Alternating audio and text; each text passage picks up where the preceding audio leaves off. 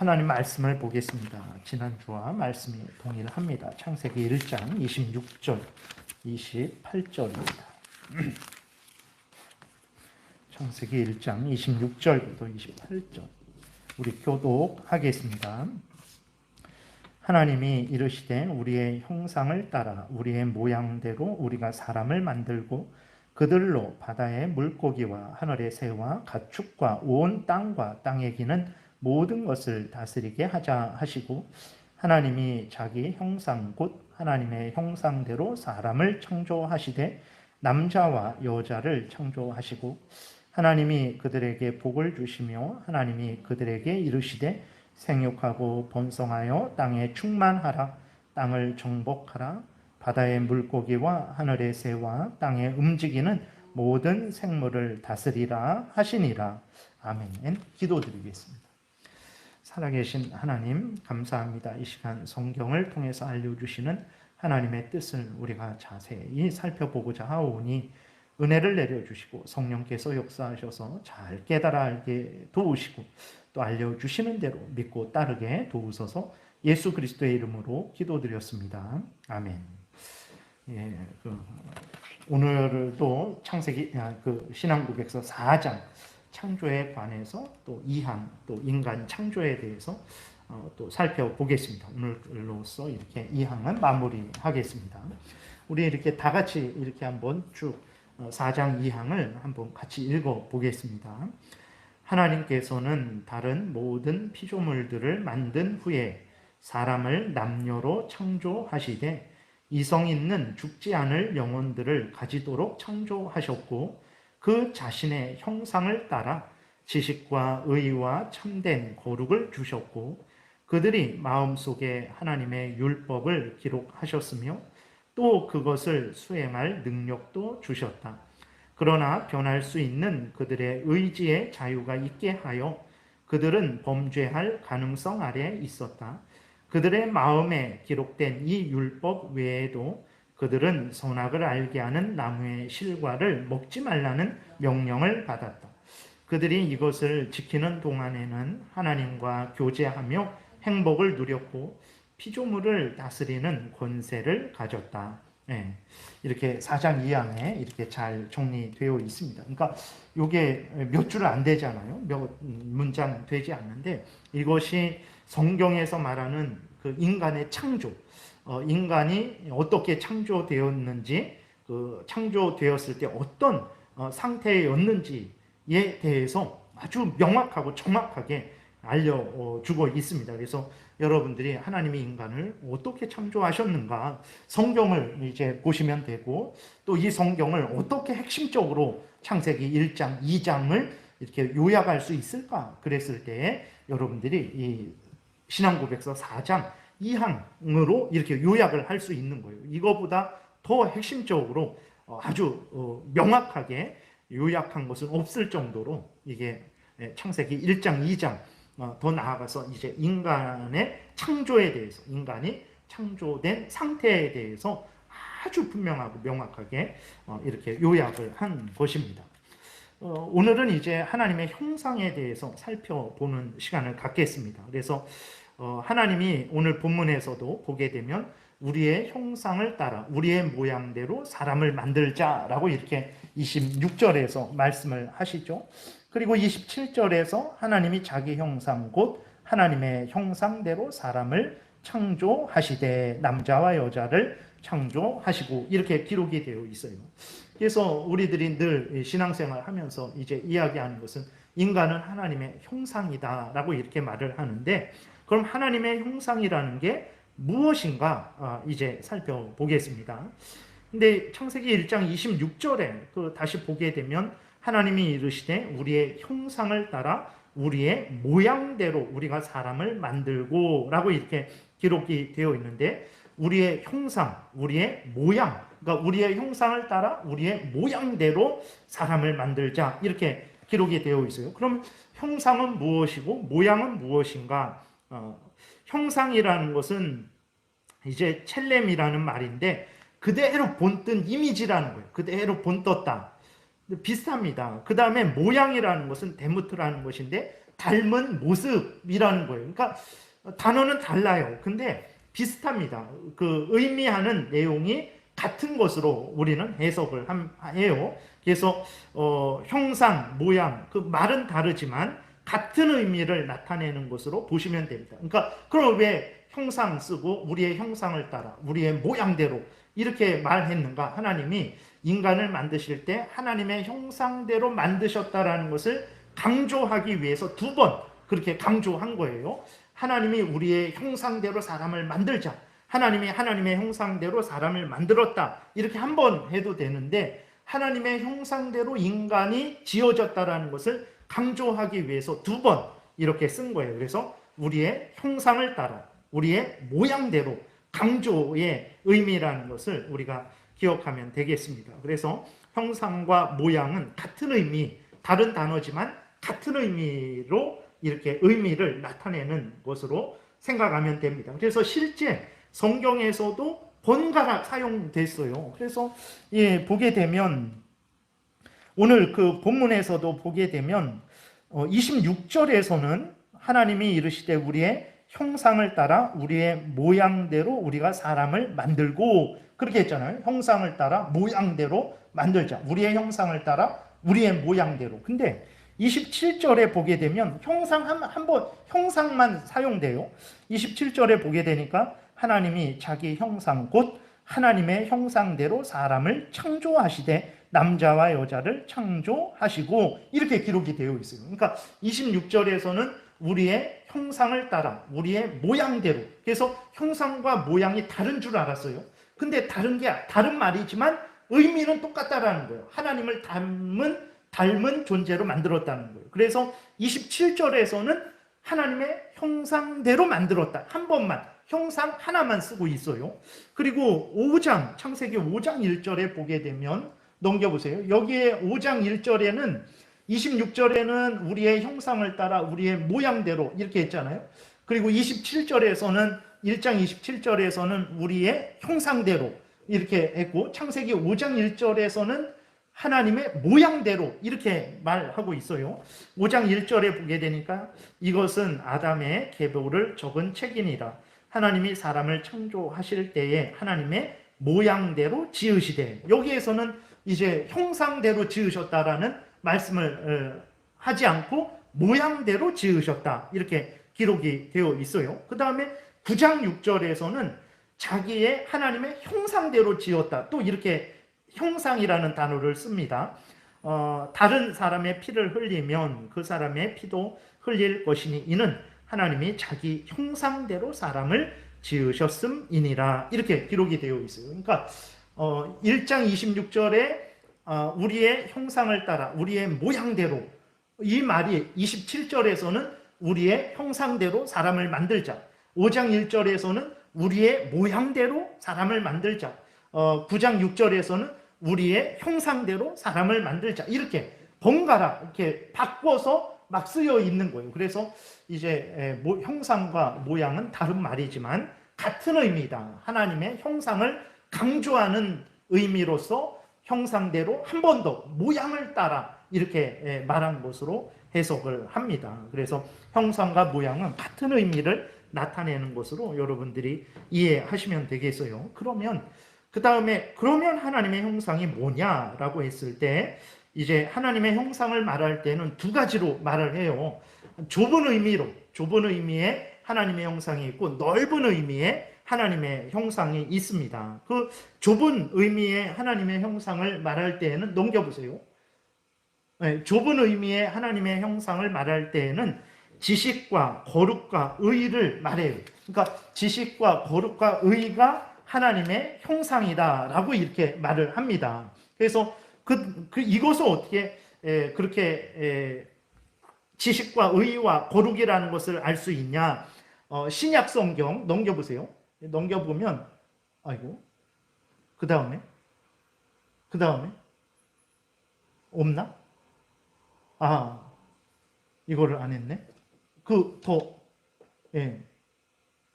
여기 에베소서 4장 22절에 보게 되면 이렇게 기록이 되어 있습니다. 너희는 유혹의 욕심을 따라 썩어져 가는 구습을 따르는 옛사람을 벗어버리고 오직 너희의 심령이 새롭게 되어 하나님을 따라 의와 진리의 거룩함으로 지으심을 받은 새 사람을 입으라. 그러니까 새 사람, 예수 그리스도 안에서 새로운 사람이 되었는데 그 새 사람은 어떤 사람이냐? 의와 거룩함으로 지으심을 받은 사람이에요. 그래서 의와 거룩이 여기 나오고, 골로새서 3장 10절에 보게 되면 새 사람을 입었으니 이는 자기를 창조하신 이의 형상을 따라 지식에까지 새롭게 하심을 입은 자니라. 새 사람을 입었는데 그 새 사람은 어떤 사람이냐? 자기를 창조하신 이의 형상을 따라서 지식이 새로워졌다라는 거예요. 그러니까 그래서 하나님의 형상이 무엇이냐 그랬을 때에 에베소서 4장 24절에 하나님을 따라, 하나님을 닮은 존재가 된 거죠.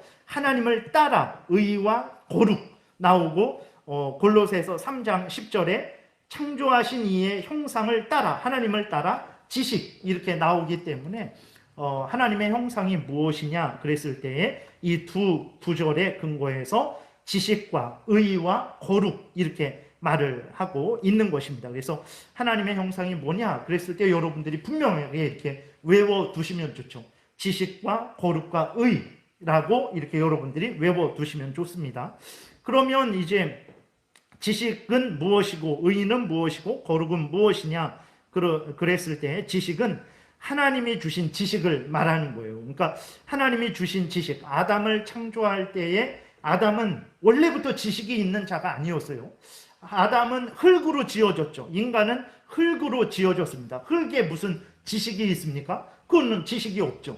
근데 하나님께서 그 흙으로 아담을 지으시고 그 코에 생기를 불어 넣으셨죠. 그 영혼을 이제 그 하나님이 만드셔서 그 인간에게 그 흙에게 하나가 결합되게 하신 거예요. 하나님께서 그렇게 되니까 그 흙으로 지어진 존재가 생명, 살아있는 존재가 된 거예요. 그렇게 할 때 하나님이 그 인간에게 그냥 생명만 있는 동물과 같은 그런 존재가 아니고 이제 하나님을 닮은 지식을 준 거예요. 그러니까 하나님만이 가진 지식을 인간에게 준 거예요. 그래서 아담이 지음을 받았을 때 그 아담은 어떤 지식을 가졌습니까? 하나님을 아는 지식을 가졌어요. 그러니까 그거는 흙이 저절로 알 수는 없는 거예요. 그것은 하나님께서 그 인간에게 하나님을 알 수 있는 지식을 주셨기 때문에 그 아담이 하나님을 하나님으로 알 수 있게 된 거예요. 우리도 마찬가지입니다. 우리도 예수 그리스도를 믿기 전에는 하나님은 없다, 무슨 하나님이 있냐라고 이런 생각을 했어요. 아니면 저 하늘에 떠 있는 태양이 신이지, 아니면 저 뭐 몇백 년 된 나무가 신이지, 뭐 이러한, 아니면 뭐 어떤 귀신을 봤는데, 환상을 봤는데 그게 신이지, 이런 생각을 했어요. 그러니까 전혀 성경과 완전히 잘못된 생각을 가지고 있었어요. 근데 우리가 예수 그리스도를 믿게 되었을 때 성령께서 우리를 거듭나게 하심으로 말미암아서 우리에게 잃어버렸던 하나님의 그 형상이 회복되는 거죠. 지식이 회복된 거예요. 그래갖고 하늘에 있는 해가 신이 아니구나, 몇백 년 된 나무가 신이 아니구나, 아니면 뭐 사람들이 환상으로 무엇을 봤다고, 귀신을 봤다고 말하는데 그게 신이 아니구나, 하나님만이 참된 신이구나, 이걸 알게 되는 거예요. 그러니까 이러한 하나님만이 참된 신이다, 성경에서 알려주시는 하나님이 참된 신이다 라는 것을 우리가 어떻게 알 수 있겠습니까? 그건 하나님께서 우리에게 그 지식을 주신 거예요. 죽어있던 우리들에게 그 하나님의 형상을 다시 회복시켜 주신 것이죠. 그렇기 때문에 우리가 하나님을 알게 된 것입니다. 그래서 하나님이 아담을 처음 만드셨을 때 그냥 숨만 쉬는 그런 생물체로 만든 게 아니라 지식을 주신 거예요. 그래갖고 아담이 하나님도 알죠, 하나님의 뜻도 알죠, 자기가 어떤 존재인지 하나님에 의해서 지음받은 피조물이라는 것도 알죠, 자기가 어떻게 살아가야 되는지 하나님의 뜻을 따라 살아가야 되는 것도 알죠. 그 다음에 이 천지 만물들이 어떻게 움직여지는지, 어떻게 운행되는지 그런 것도 하나님이 다 지으셔서 하나님의 뜻대로 지혜롭게 아주 오묘하게 이 세상 만물이 이렇게 움직여진다라는 것도 알죠. 그리고 동물들을 봤을 때에도 동물들의 그 특징이 어떤 특징인지, 사자는 사자의 특징, 호랑이는 호랑이의 특징, 그러한 특징들을 분명히 파악하고 그것들을 그 특징에 맞게 올바르게 잘 이렇게 다스릴 수 있는 그러한 지식을 가진 거예요. 그러니까 인간이 그러한 지식을 가진 것은 하나님이 그 인간들에게 하나님만이 가지신 지식을 물론 전체적으로 다 우리가 그걸 받을 수는 없죠. 인간인지라. 근데 하나님이 인간에게 가장 적당하게 하나님을 아는 지식, 자신을 아는 지식, 세상을 아는 지식, 인생을 어떻게 살아가야 되는지 아는 지식, 자연 만물을 어떻게 다스려야 되는지 아는 지식을 주신 거예요. 그 지식을 이제 받은 거죠. 그 다음에 예를 들어서 그러니까 이 지식들은 특별히 하나님을 아는 지식이 여기에 포함되는 거예요. 좁은 의미에는. 근데 모든 지식은 하나님으로부터 받은 것입니다. 그래서 우리들이 농사를 지을 때 이렇게 보게 되면 참 놀라워요. 그 며칠 이렇게 며칠 이르고 며칠 빠르면 그 농작물이 잘 안 됩니다. 그러니까 아주 정확한 그때에 씨앗을 뿌리고 뭐 이렇게 저렇게 농작물을 키워야 되는데 어떻게 인간들이 그것을 알까? 이렇게 밭에 심는 고추는 언제 심고 논에 이렇게 또 그 심는 벼는 언제 심고 그러한 것들이 다 차이가 있는데 고구마는 언제, 감자는 언제 이런 것들이 다 차이가 있는데 그런 것들을 어떻게 알까? 희한하잖아요. 근데 그것을 인간이 한번 해보니까 올해 벼를 겨울에 심었는데 다 얼어 죽었어요. 그리고 또 벼를 한 여름에 심었더니 이제는 너무 짧아갖고 벼가 다 자라지 않았어요. 그렇게 보니까 한 몇 년, 이렇게 몇 번 심어보니까 벼는 5월에 심는 게 가장 좋겠다 해갖고 그렇게 한 게 아닙니다. 그것은 하나님이 알려주신 거예요. 이사야서 28장에 보게 되면 이렇게 기록이 되어 있습니다. 이사야 28장 23절부터 있는데 없어요? 없어요? 없어요? 예, 한번 찾아보세요. 이사야 28장 23절부터 보게 되면 이렇게 기록되어 있습니다. 너희는 귀를 기울여 내 목소리를 들으라. 자세히 내 말을 들으라. 파종하려고 가는 자가 어찌 쉬지 않고 갈기만 하겠느냐? 자기 땅을 개간하며 고르게만 하겠느냐? 지면을 이미 평평히 하였으면 소회향을 뿌리며 대회향을 뿌리며, 이 소회향, 대회향이라는 것은 정확히 잘 모릅니다. 근데 이제 설명으로는 미나리과의 향신료라 그래요. 어쨌든 그러한 식물이에요. 그 다음에 소맥을 줄줄이 심으며 대맥을 정한 곳에 심으며, 이 소맥은 밀을 의미하고 대맥은 보리를 의미합니다. 그리고 귀리를 그 가에 심지 아니하겠느냐? 다 이제 소회향은 소회향대로, 대회향은 대회향대로, 그 다음에 밀은 밀대로, 보리는 보리대로, 귀리는 귀리대로 다 심는 방법, 또 심는 때가 다 다른데 그것을 적당하게 다 인간들이 심는다라는 거예요. 26절에 이는 하나님이 그에게 적당한 방법을 보이사 가르치셨음이며 라고 이렇게 말하고 있어요. 언제 밀을 심어야 될까? 언제 보리를 심어야 될까? 언제 귀리를 심어야 될까? 어디에다 소회향을 뿌려야 될까? 어디에다 대회향 씨앗을 뿌려야 될까? 이것들을 인간들이 잘 한단 말이에요. 근데 어떻게 저렇게 인간들이 잘 알까?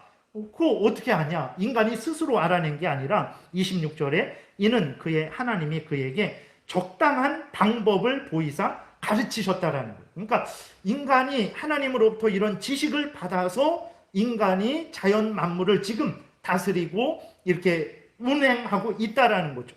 그 27절에 소회향은 도리깨로 떨지 아니하며 대회향에는 수레바퀴를 굴리지 아니하고, 소회향은 작대기로 떨고 대회향은 막대기로 떨며, 곡식은 부수는가 아니라 늘 떨기만 하지 아니하고 그것에 수레바퀴를 굴리고 그것을 말굽으로 밟게 할지라도 부수지는 아니하나니. 그러니까 소회향을 이제 다 익어서 그것을 추수하는데, 추수할 때 도리깨로 떨지 않고 소회향은 이제 작대기로, 작은 막대기로 떨고, 대회양은 그보다 좀 더 큰 막대기로 떨고, 그 다음에 그 밀과 보리 그런 것들은 수레바퀴로 이렇게 그 밑에 두어서 그 껍질을 벗겨서 그것을 이제 양식으로 삼는다라는 거죠. 어떻게 그렇게 할까? 대회양을 큰 막대기로 꽝꽝, 소회양을 꽝꽝 이렇게 쳐버리면 그 씨앗들이, 그 열매들이 다 부스러지니까 작은 걸로 탁탁탁탁 치고,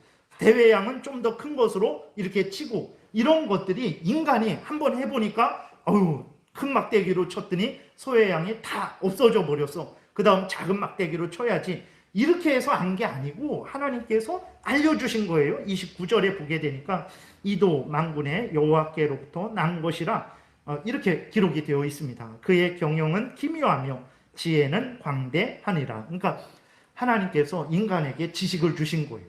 하나님을 아는 지식, 하나님의 뜻을 아는 지식, 자신을 아는 지식, 자신이 어떻게 살아가야 되는지 아는 지식, 그 다음에 자연 만물에 대해서 아는 지식, 자연 만물을 어떻게 주관하고 다스려야 되는지를 하나님이 알려주신 거예요. 그러니까 인간에게 이러한 하나님의 형상, 이게 하나님의 형상입니다. 이러한 지식을 인간에게 주신 거예요. 그 다음에 의라는 것은 무엇이냐면 하나님의 법을 따르는 것을 의라고 합니다. 그러니까 인간을 만드실 때 하나님의 뜻을 좋아하고 하나님의 뜻을 따르는 인간으로 만드신 거예요. 그게 의입니다. 의. 그래서 의롭다 그랬을 때 성경에서 욥기에 보게 되면 욥은 의로운 사람이다 라고 이렇게 말을 할 때에 그는 하나님을 경외하고 하나님의 뜻을 따르는 사람이다 라는 의미예요. 근데 그것은 원래 의롭다라는 것은 하나님 앞에서 하나님의 모든 법을 완전하게 지켰다. 그럴 때 의롭다 그러는 거예요. 근데 사람에게 어떤 욥은 의로운 사람이다 라고 할 때는 상대적으로 정직하고 하나님을 경외하고 신앙생활 잘하는 사람이다. 이러한 의미로 상대적으로 의롭다 그러는 것이지, 인간이 하나님의 법을 완전히 지켜서 의롭다 그러는 것은 없어요. 아담이 범죄한 이후로는 하나님의 법을 완전히 지킬 수 있는 인간은 없습니다. 그러니까 근데 처음에 아담을 만드셨을 때, 아담이 범죄하지 않고 처음에 아담을 만드셨을 때에는 하나님의 뜻을 온전히 따를 수 있는 의로운 상태로 지으셨어요. 그래서 아담이 얼마든지 자신에 있는 그러한 지혜와 능력을 활용해서 사탄 마귀를 대적하고 하나님의 뜻을 계속해서 따를 수 있었는데, 아담이 그렇게 하지 않은 거예요. 하나님이 충분히 의로운 존재로 만들었는데 스스로 불의한 것을 선택하고 불의한 죄를 지은 거죠. 그래서 의롭다라는 것은 하나님의 법을 따르는 상태를 의롭다 그래요.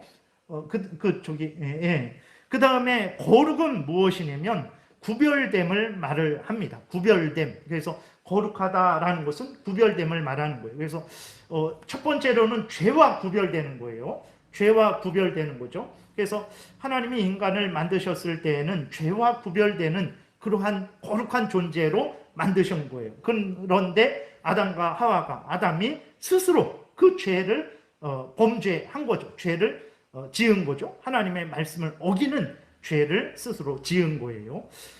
그리고 거룩은 이제 하나님이 거룩하다 그랬을 때 첫 번째로는 이제 피조물과 구별된다. 하나님은 하나님이시고 창조주시고 인간들이나 모든 것들은 피조물이죠. 하나님은 창조주시고 모든 것들은 피조물. 이렇게 하나님은 피조물이 아니죠. 하나님은 하나님이시죠. 하늘에 계신 거룩하시고 위대하시고 영광스러우신 하나님이세요. 그래서 하늘에 계신 그런 하나님이다. 우리가 하나님께 기도할 때 하나님은 어떤 분이냐? 땅에 있는 우리와 인간과 같은 그런 존재가 아닌 하늘에 계신 위대하시고 영광스러우시고 온 천지 만물을 창조하시고 주관하시고 다스리시는 전능하신 하나님, 그런 의미죠. 그게 거룩이에요. 첫 번째, 피조물과 구별된다라는 차원에서 하나님이 거룩하다. 두 번째로는 하나님은 죄가 없다. 인간들에게 죄가 있지만 하나님은 죄가 없는 분이죠. 그래서 하나님이 거룩하다 그랬을 때는 피조물과 구별된다, 죄와 구별된다, 이렇게 생각을 하시면 됩니다. 그래서 거룩은 구별되는 것을 의미하는 거예요. 인간을 만드실 때 하나님이 죄와 구별되는 존재로 만드신 거예요. 이것이 좁은 의미의 하나님의 형상입니다. 그러니까 좁은 의미의 하나님의 형상할 때 지식에서 이제 그 지식도 제가 자연을 알고 뭐 채소를 키우고 동물을 다스리고 이런 지식을 말했는데 그 지식은 넓은 의미의 어떤 지식이 들어가는 거죠. 그러니까 저 좁은 의미의 지식할 때에는 하나님을 아는 지식, 하나님의 뜻을 아는 지식, 하나님을 아는 지식으로 여러분들이 이해하시면 됩니다. 그 다음에 넓은 의미의 하나님의 형상이 있어요. 그러니까 하나님의 형상할 때는 이 두 가지를 항상 같이 이야기하는 것으로 여러분들이 이해하셔야 됩니다. 근데 이렇게 나누는 이유를 좀 이따 말씀드릴게요. 넓은 의미의 하나님의 형상을 말할 때는 인간의 특징, 인간의 인간됨, 그것이 하나님의 형상이죠. 그러니까 동물과 구별되는 인간의 특징이 있잖아요. 인간은 인간이고 동물은 동물이죠. 아무리 뭐 이렇게 요새 애완견이나 고양이를 잘 이렇게 키우죠. 그래서 막 개를 가지고 그 아들 학교를 보내는데 걔한테 형 학교 간다, 형한테 인사해, 막 이렇게 말을 해요. 그렇게 말을 할지라도 뭐 그 아들과 그 개를 뭐 형 동생 할지라도 개는 개고 인간은 인간이죠. 그러니까 인간이 인간되는 특징, 그것이 이제 넓은 의미의 하나님의 형상이에요. 그랬을 때 인간의 인간되는 특징이 뭐냐? 그랬을 때 영혼이 있는 것, 영혼이 있는데 그 영혼이 불멸하는 것. 인간의 영혼은 창조함을 받은 이후로는 사라지지 않습니다. 우리가 늘 이것을 지난번에 그 죽음에 대해서 말씀을 드릴 때 이야기했었죠. 우리가 죽음은 모든 것이 끝나는 걸로 생각을 해요. 그리스도인들도 그런 생각을 가지고 있어요. 아닙니다. 인간이 이 땅에 태어난 이후로는 절대로 인간은 소멸되는 적이 없어요. 그러니까 모든 것이 다 끝나버리지 않습니다. 일단 인간이 태어나게 되면 그 인간은 영원히 존재하게 됩니다. 잠시 육신의 생명이 끝났을 때 그 육신은 흙에 묻혀 썩게 되죠. 그러나 그 영혼은, 예수 믿는 영혼은 즉시로 천국에 가게 되고 예수 믿지 않는 영혼들은 즉시로 지옥에 가서 예수님이 재림할 때까지 기다리는 거예요. 그래서 천국에 간 영혼들은 하나님과 함께 영광을 누리죠. 예수님이 재림할 때까지. 그 다음에 지옥에 간 영혼들은 그 형벌을 받고 있는 거예요. 예수님이 재림할 때까지. 재림하셔서 최후 심판 하시게 되죠. 그때에 육신이, 썩어진 육신이 영혼과 다시 하나가 됩니다. 예수 믿는 자들의 육신은 예수 그리스도와 같이 영광의 몸으로 부활되죠. 예수 믿지 않는 자들의 육신은 심판의 부활을 받기 위한 몸으로 이제 부활이 되는 거예요. 그래서 예수님에게서 최후 심판을 받고 예수 믿는 사람들은 몸과 영혼이 완전히 거룩하게 되어서 새하늘과 새 땅에서 영생을 누리게 되는 것이고, 예수 믿지 않던 영혼들은 몸과 영혼이 하나가 되어서 이제 사탄 마귀와 함께 영원한 불못에 던져져서 영원한 형벌을 받게 되는 거예요. 그러니까 인간이 이 땅에 태어난 이후로는 절대로 사라지지 않습니다. 죽어도 없어지는 게 아니에요. 잠시 이 땅에서는 영혼과 육신이 하나로 있다가 육신이 죽게 되면 잠시 예수님의 재림 때까지는 영혼과 육신이 분리되어서 영혼은 계속 살아있어요. 예수님이 재림할 때에는 이 썩어졌던 육신도 다시 부활해서 이제 영혼과 육신이 영광스럽게 되어서 영생을 누리는 거죠. 그러니까 인간의 영혼은 불멸합니다. 그래서 여러분들이 아주 유명한 그리스도인들인데도 불구하고 영혼이 그러니까 그 영혼이 다 소멸된다. 예수 믿는 사람들의 영혼은 천국에서 영생을 누리지만 어떻게 사랑의 하나님이 창조하신 영혼들을 지옥에서 영원토록 이렇게 형벌하시나? 그는 하나님의 사랑에 어긋난다. 지옥에 가는 영혼들은 소멸되는 것이다 라고 주장을 하는 사람들이 있는데 절대 잘못된 것입니다. 그러지 않습니다. 영혼은 불멸하는 거예요.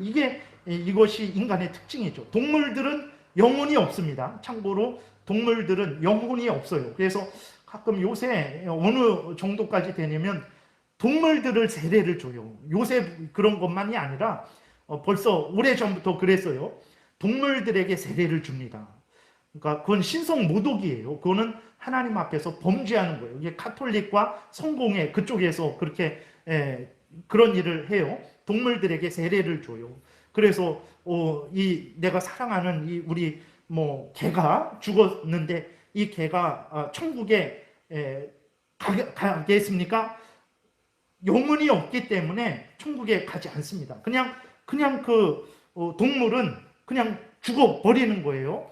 그래서 우리가 물론 새하늘과 새 땅에서는 우리 장로교 안에서 어떻게 해석을 하냐면 거기에는 동물이 있을 것이다 라고 해석을 합니다. 이사야서에 이렇게 보게 될 때에 그 아기가 독사의 굴에 손을 넣고 뭐 사자가 같이 함께 뒹굴르고 뭐 이러한 말씀에 근거해서 새하늘과 새 땅에는 동물이 있을 것이다 라고 이렇게 추정을 해요. 그런데 내가 키우는 그 개가, 내가 키웠던 그 개가 천국에 있을 것이다. 이건 절대 아닙니다. 하나님의 특별하신 은혜 가운데 우리가 그 계시록을 보게 되면 그 천국의 모습을 이렇게, 물론 그것은 이렇게 비유로서 우리에게 알려주는 것이지만, 그런데 비유가 아닌 또 실제적인 그러한 모습들도 거기에 담겨 있는 것을 봤을 때 천국에서는 하나님의 피조물들이 이 완벽한 모습으로, 완전한 모습으로 있을 것이다 라고 이렇게 추정은 하죠. 추정을 합니다. 근데 내가 키우는 그 개가 있을 것이다, 이거는 아니에요. 그거는 아닙니다. 어쨌든 다시 돌아와서 인간의 영혼이 있고, 그 다음에 영혼이 불멸하고, 그 다음에 영혼의 기능들이 있잖아요. 지난 시간에 말씀드렸던 대로 이성적인 기능, 그 다음에 감성적인 기능, 의지적인 기능, 이런 것들이 이제 인간의 특징이죠. 그 다음에 만물을 통치하는 것. 인간만이 하늘을 다스리고 땅을 다스리고 바다를 다스리고 있습니다. 그래서 인간만이 그런 일을 하는 거예요. 그는 그것도 하나님이 주신 그러한 특징으로 이렇게 생각을 하고 있고, 그 다음에 인간의 몸이 하나님이 이렇게 생겼다, 하나님의 모양이 이렇게 생겼다, 이게 아니라 인간의 몸에도 하나님의 지혜와 능력이 나타난다라는 차원에서 인간의 몸도 하나님의 형상으로 봅니다. 물론 이제 원숭이 같은 경우는 인간과 비슷하잖아요. 그럼에도 불구하고 인간과는 달라요. 원숭이가 정말 인간과 비슷하지만 인간과는 달라요. 인간 같지 않습니다. 영혼의 기능만 다른 게 아니라 이 신체적인 그 구조도 5개의 뭐 이렇게 손발이 있지만, 그러나 인간의 이 몸은 모든 동물들하고도 완전히 구별돼요. 그런 차원에서 인간의 몸도 하나님의 형상이 나타나는, 그런 하나님의 지혜와 능력이 나타나는 것으로 생각을 합니다. 하나님이 손이 있고 발이 있고 눈이 있고 이렇게 생각하면 안 됩니다. 성경에는 그것은 이제 하나님이 어떤 분이라는 것을 우리에게 드러내기 위해서 예를 드는 거예요. 하나님이 눈동자같이 살피신다, 지켜보호하신다. 눈동자를 우리가 소중하게 생각을 하잖아요. 무엇이 날라오면 눈을 감아서 우리 눈동자를 보호하잖아요. 그런 것처럼 하나님이 우리를 아주 지극정성으로 지키시고 보호하신다, 이런 의미로 표현하는 거죠. 내가 권능의 오른손으로 너를 붙잡아 주겠다. 하나님의 오른손이 있어갖고 붙잡아 주는 게 아니라 정말 그 하나님의 능력으로 너를 지키고 보호하겠다. 이것을 우리에게 아주 분명하게 알려주시기 위해서 하나님의 오른손으로 너를 붙들어 주겠다라고, 그러니까 하나님을 인간처럼 표현해서 그렇게 말씀을 하고 있는 것이지, 정말 하나님의 오른손이 있고, 오른손은 왼손보다 더 커서 왕주먹이라서 그걸로 우리를 지키시고 보호하시는 그런 것이 아닙니다. 그래서 인간의 몸이 하나님의 형상이 나타나 있다라고 했을 때 하나님이 이렇게 생겼다라는 게 아니라 인간의 몸에도 하나님의 지혜와 능력이 나타나 있다라는 거예요. 그런 차원에서 하나님의 형상으로도 이렇게 거기에 포함을 시킵니다. 여기는 적지는 않았지만 그렇게 하고 있어요. 그래서 하나님의 형상 할 때에는 좁은 의미의 하나님의 형상과 넓은 의미의 하나님의 형상. 좁은 의미의 하나님의 형상은 지식과 거룩과 의.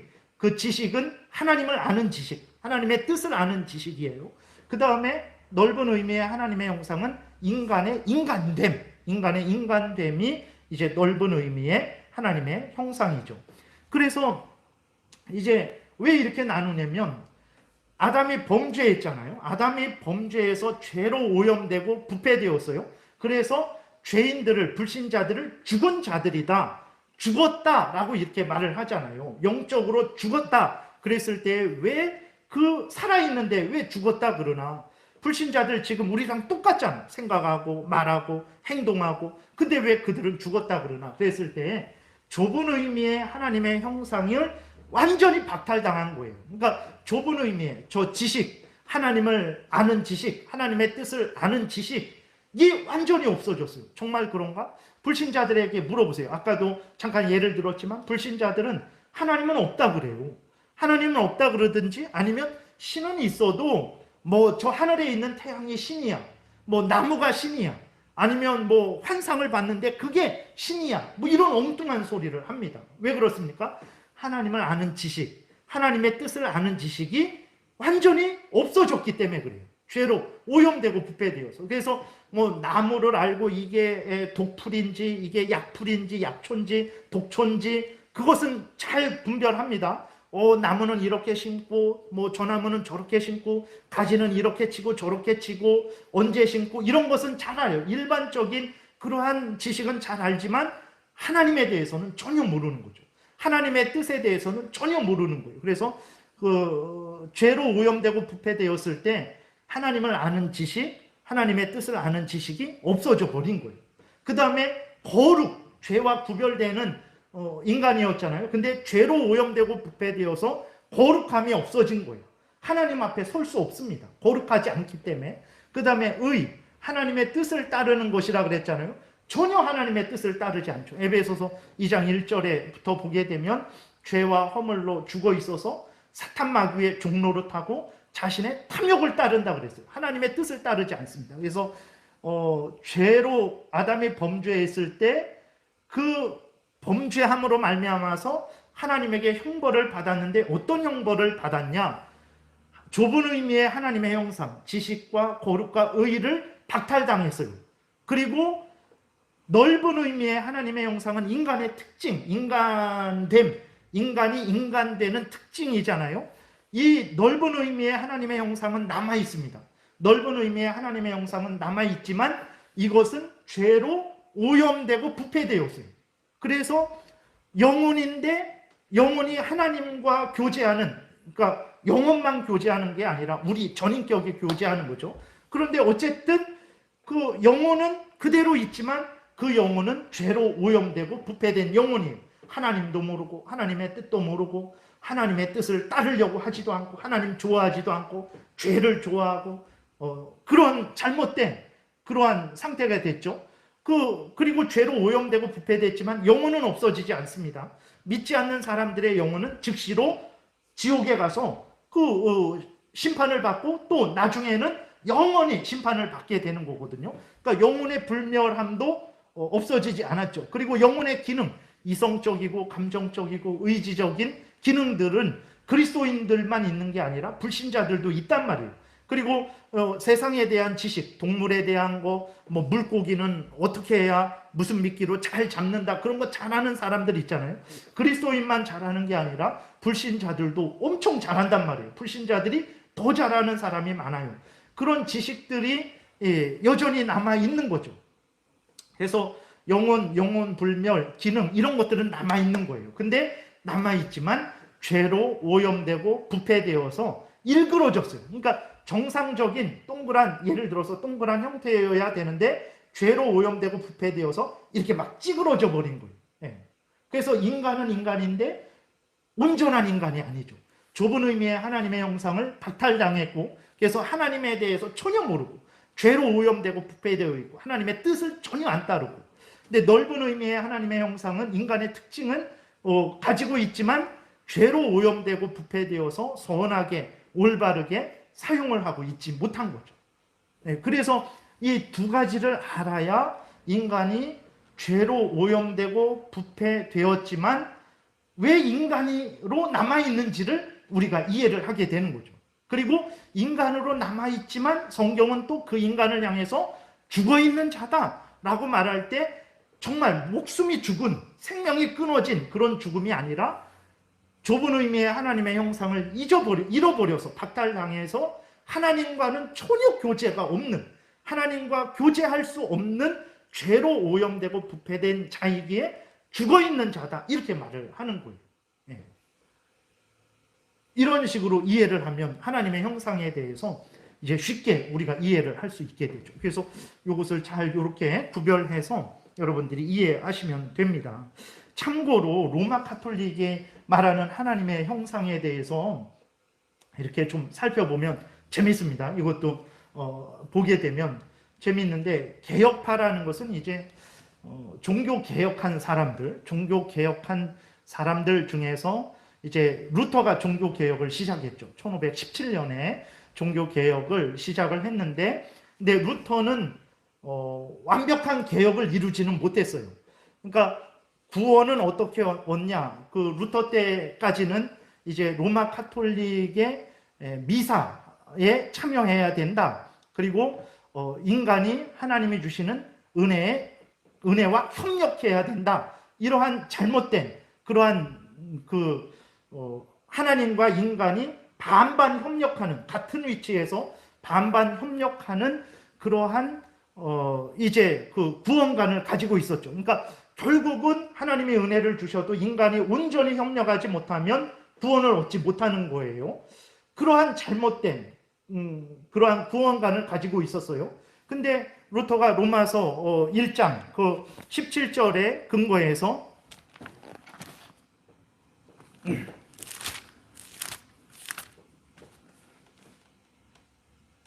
17절의 근거에서 이렇게 기록되어 있어요. 복음에는 하나님의 의가 나타나서 믿음에 이르게 하나니 기록된 바 오직 의인은 믿음으로 말미암아 살리라 함과 같으니라, 이렇게 기록되어 있거든요.